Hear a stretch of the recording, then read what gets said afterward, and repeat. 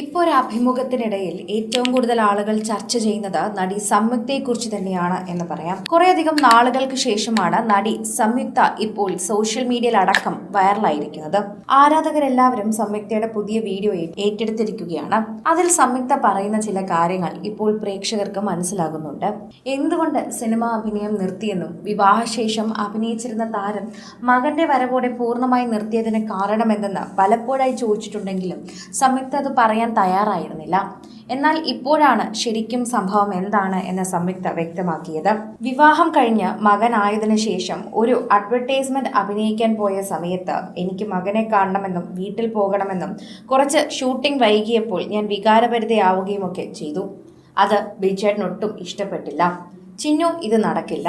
നിന്റെ ഒരു വർക്കിന് വേണ്ടി ഒരുപാട് പേർ ഇവിടെ അധ്വാനിക്കുന്നുണ്ട്.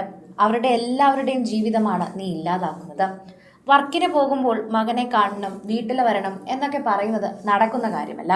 പ്രത്യേകിച്ച് ഈ ഇൻഡസ്ട്രിയിൽ 9 to 5 വർക്ക് ചെയ്യുന്ന ഒരാളുകളല്ല നമ്മൾ. ചിലപ്പോൾ ഷൂട്ടിംഗ് നീണ്ടുപോകാം. കറണ്ടിൻ്റെ പ്രശ്നമായിരിക്കാം, ജനറേറ്ററിൻ്റെ പ്രശ്നമായിരിക്കാം, ഷൂട്ടിങ്ങിൻ്റെ പ്രശ്നമായിരിക്കാം, ലൈറ്റ് ആയിരിക്കാം, മഴയായിരിക്കാം. അതിന് ഓരോ കാരണങ്ങളുണ്ട്. അതുകൊണ്ട് തന്നെ ഇത്തരത്തിൽ ഒരുപാട് പ്രശ്നങ്ങളും ഉണ്ടാവാൻ സാധ്യതയുണ്ട്. അതുകൊണ്ട് അതൊക്കെ നീ മനസ്സിലാക്കണം. അതാണ് ശരിക്കും ചെയ്യാനുള്ളത്. അല്ലാതെ മറ്റുള്ളവർക്ക് ബുദ്ധിമുട്ടുണ്ടാക്കരുത് എന്ന് പറഞ്ഞു.